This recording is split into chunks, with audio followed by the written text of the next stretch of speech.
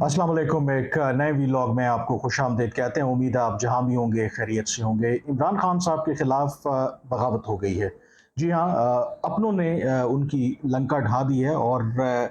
ये मेरे ख्याल में एक सितम ज़रीफ़ी है कि इमरान खान बगावत किसी और के ख़िलाफ़ करना चाहते थे। मुल्क के जो मौजूदा आर्मी चीफ़ हैं जनरल आसिम मुनीर, उनके ख़िलाफ़ मुबैना तौर पर वो बगावत करना चाहते थे, लेकिन उनके अपने खिलाफ बगावत हो गई है। आज इस सिलसिले में आपको डिटेल में बताएँगे और ये भी मैं आपको बताऊँगा कि कैसे जो इमरान खान साहब के क्रिटिक्स थे, जिन पर इल्ज़ाम लगाया जाता था, मेरे पे भी इल्ज़ाम लगाया जाता था कि आप लिफ़ाफ़ा हैं। जब उन पर तनकीद की जाती थी उनकी पॉलिसीज़ को लेकर के कि किस तरीके से उनके अंदर एक सियासतदान नहीं बल्कि एक डिक्टेटर की बू आती है और वो एक ही ब्रश से सारों को पेंट करते हैं तमाम जो उनके सियासी मुखालफिन हैं, और अब उनके अपने लोग जो हैं वो बोल रहे हैं। तो जो बगावत की बात हो रही है इस वक्त, मेरे ख्याल में इमरान खान जितने भी पॉपुलर हों वो अपनी जगह पे, लेकिन ये हकीकत है कि Imran Khan is a lonely figure, यानी कि वो एक तनहा हैं इस वक्त, और वो खुद इस सारी चीज़ के ज़िम्मेदार हैं। और कभी मैं सोचता हूँ कि अब जब उनके जो पार्टी है उनकी तरफ से जब मैसेज आता है कि इमरान खान अब से थोड़ी देर के बाद कौम से खिताब करेंगे, तो यूट्यूब के ऊपर वो खिताब करते हैं, तो ये चंद दिन पहले, चंद हफ्ते पहले, 9 मई के वाक़यात से पहले अगर आप देखें, तो पूरे तमाम जो पाकिस्तान के टीवी चैनल्स हैं उन पर इमरान खान सुबह शाम हर वक्त जो भी कहीं भी वो बात करते थे, तमाम टीवी चैनल्स उनको दिखाते थे। हर वक्त उनके टिकर्स, ब्रेकिंग खबरें, टॉक शोज़ के अंदर उनकी डिस्कशन, और अपनी कोताहियों की वजह से, अपनी गलतियों की वजह से आज इमरान खान आपको उस तरीके से कहीं भी नज़र नहीं आते। जो स्पेस थी इमरान खान साहब के पास उन्होंने गंवाई, और उसकी वजह यही है कि अब उनके अपने लोग भी जो हैं वो मजबूर हो गए हैं कि उनकी इस पॉलिसी के ऊपर ना सिर्फ तनकीद करें बल्कि खुल के बोलें। कल इमरान खान के जो ओपनिंग थे, ओपनिंग बैट्समैन और जो तहरीक इंसाफ के पोस्टर बॉय हैं, यानी कि असद उमर, जो सेक्रेटरी जनरल रहे हैं, जो उनके वज़ीर ख़जाना भी थे, उन्होंने काशिफ अब्बासी को एक इंटरव्यू दिया। और उस इंटरव्यू की एक ख़ास बात है, आई थिंक उससे भी आपको अंदाज़ा होगा कि उस इंटरव्यू के पीछे कौन है और उसका मकसद क्या था। कि अदरवाइज़ तमाम पाकिस्तान के जो टीवी चैनल्स हैं उनके ऊपर इस वक्त पाबंदी है। नंबर वन कि एक तो वो इमरान खान का कोई बयान, इमरान खान की कोई तकरीर, इमरान खान का कोई टिकर नहीं चलेगा। दूसरा, तहरीक इंसाफ से मुंसलिक जो भी उनके रहनुमा हैं, वो पाकिस्तान के जो टीवी चैनल्स हैं उन पर नहीं आ सकते। लेकिन असद उमर बहरहाल अभी भी तहरीक इंसाफ का हिस्सा हैं, दो कि वो सेक्रेटरी जनरल नहीं हैं, सेंट्रल एग्जीक्यूटिव जो कमेटी है उसके मेंबर नहीं हैं, लेकिन इन एनी केस वो इस वक्त तहरीक इंसाफ का हिस्सा हैं। बेशक इन रियलिटी वो हिस्सा ना रहे हों, लेकिन अभी तक तहरीक इंसाफ की उनके पास मेंबरशिप है। तो ये सवाल बनता है कि जब एक तरफ बाकी कोई भी जो तहरीक इंसाफ का रुकन है वो पाकिस्तान के किसी भी टेलीविज़न चैनल पर अपेयर नहीं हो सकता, तो फिर ये असद उमर जो हैं वो कैसे कल काशिफ अब्बासी के प्रोग्राम में अपेयर हुए। तो मेरे ख्याल में मज़ीद मुझे इस पे तबसरा करने की ज़रूरत नहीं है। इसमें खुद ही आप जवाब ढूँढ सकते हैं। अब असद उमर जो हैं,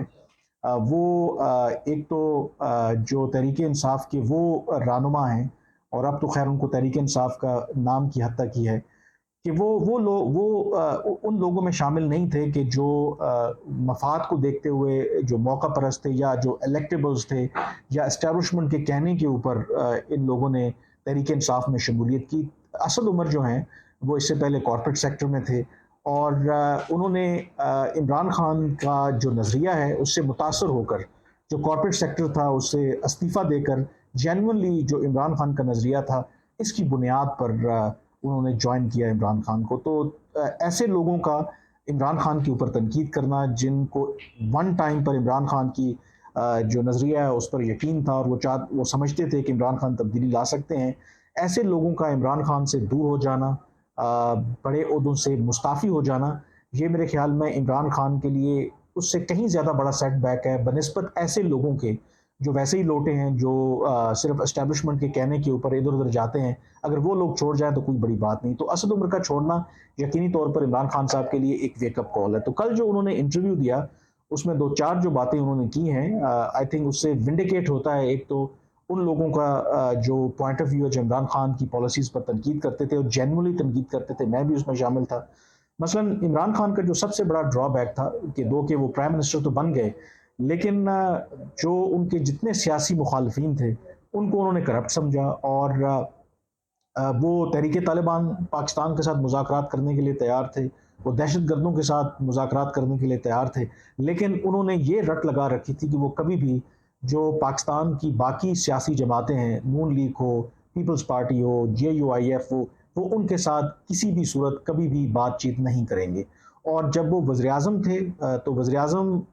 बेशक कोई भी हो, उस वज़ीर-ए-आज़म जब आप होते हैं तो उस मनसब की कई ज़िम्मेदारियाँ होती हैं और उस वो ज़िम्मेदारियाँ इस बात की मुतकाज़ी हैं कि आपको अपने जो पर्सनल बायसेस हैं उनसे हटकर बहुत सी चीज़ें करनी पड़ती हैं। तो इवन कि जब वो प्राइम मिनिस्टर थे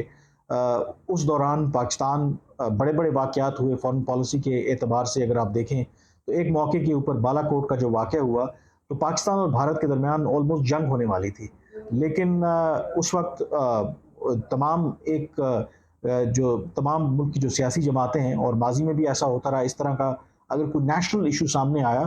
तो जो भी उस वक़्त हुकूमत थी, उन्होंने जो अपोज़िशन की जमातें हैं, अपोज़िशन के जो लीडर्स हैं, उनको बिठा के अपने जो सियासी इख्तिलाफ़ात हैं, उनको साइड पर रख कर एक बातचीत ज़रूर की और उसकी मिसाल हमें 2014 में जब अफ़सोसनाक वाक़या कत्ले-आम हुआ आर्मी पब्लिक स्कूल में, इमरान खान साहब धरना दे रहे थे उस वक़्त की जो नून लीग की हुकूमत है, लेकिन उसके बावजूद जो उस वक़्त के प्राइम मिनिस्टर थे नवाज़ शरीफ, उन्होंने इनवाइट किया पेशावर में जो ऑल पार्टीज़ कॉन्फ्रेंस हुई थी और वहाँ पर उन्होंने शिरकत भी की। लेकिन इमरान खान साहब ने पुलवामा का वाक़या हो, अफ़गान अफ़वाज का इनख़ला और बड़े-बड़े जो वाक़यात हों या ख़ुसूसी जो पार्लियामेंट के बंद कमरा इजलास हों जिसमें अहम जो नेशनल सिक्योरिटी और फ़ॉरेन पॉलिसी के इश्यूज़ पर बात हो, इमरान खान ने कभी भी ऑपोजिशन को ना तो दावत दी और ना उनसे हाथ मिलाना गवारा किया क्योंकि उनका ये नुक्ता नज़र था कि ये तमाम के तमाम लोग करप्ट हैं। तो कल जो असद उमर साहब ने इंटरव्यू दिया तो उसमें बरमला उन्होंने एतराफ़ किया कि उनको इमरान खान की इस पॉलिसी से इख्तलाफ था और जो उन्होंने तौजीह पेश की इंटरेस्टिंग है। उन्होंने ये कहा कि 2018 के इंतखाबात में अगर तहरीक इंसाफ को 1 करोड़ 68 लाख वोट पड़े तो दूसरी जानब PDM की जो तमाम जमातें इनको मिला के कुछ 2.25 करोड़ वोट पड़े। तो इसका मतलब है कि आप इस रियलिटी को नज़रअंदाज नहीं कर सकते। अब इनका ये जो सेंटेंस है बड़ा ज़बरदस्त है क्योंकि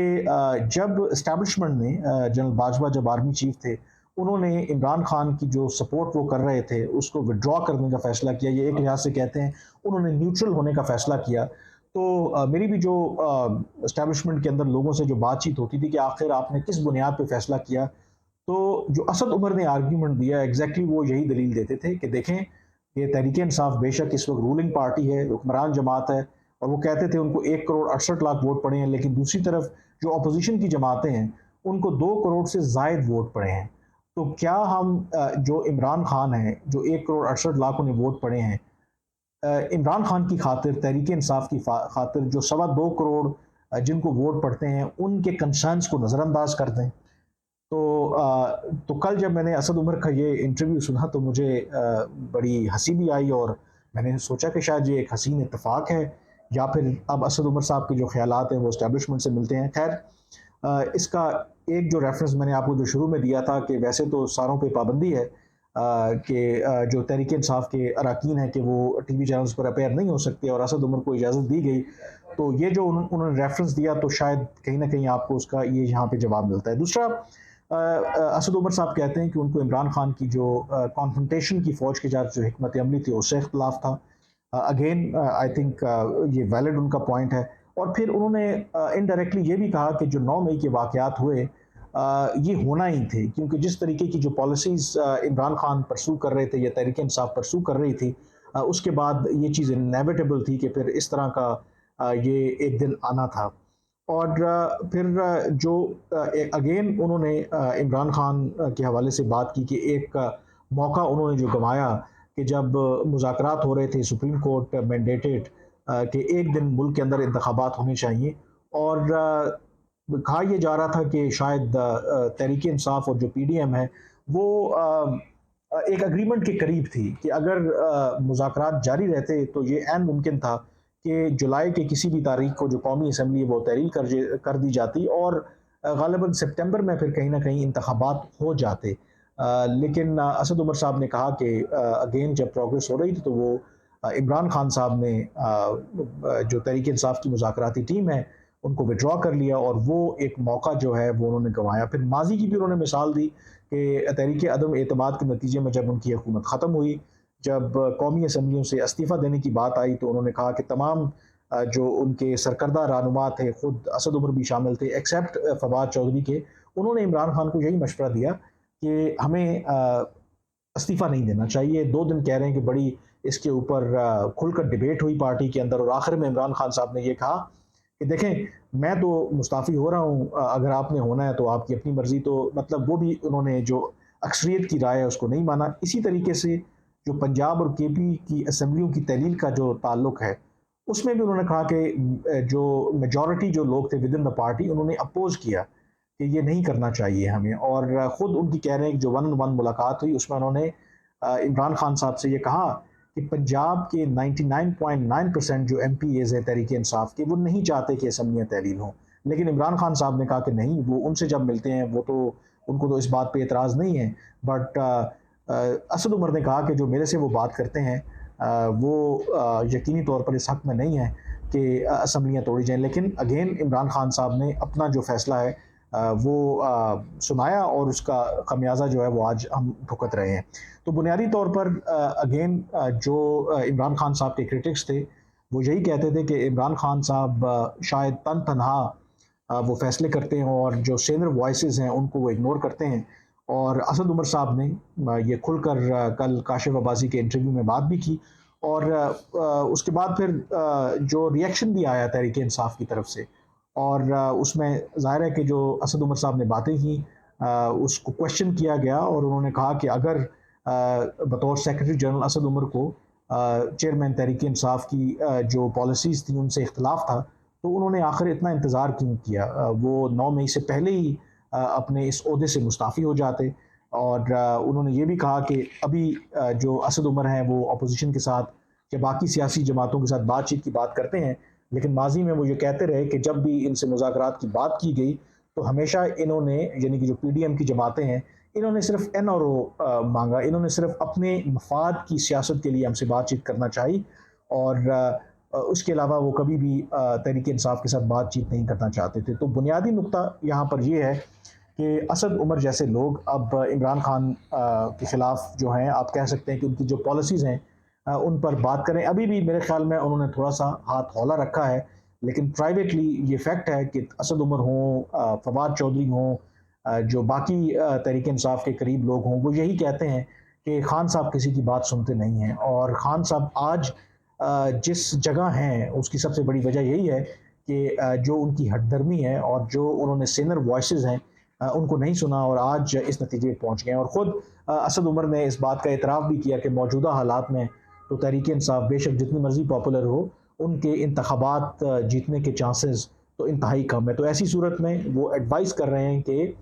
पॉलिसी को बदलना चाहिए, यानी कि 2 कदम पीछे आप हट जाएं। और यहाँ तक उन्होंने बात की कि ये बात भी हो रही है माइनस इमरान खान के कुछ अरसे के लिए इमरान खान पार्टी की क़यादत किसी और को दे दें। लेकिन उन्होंने ये एतराफ़ भी किया कि वोट जो है वो इमरान खान का है और अगर माइनस इमरान खान का कोई भी फार्मूला काबिल अमल हो सकता है तो वो इमरान खान साहब की रजामंदी से ही हो सकता है।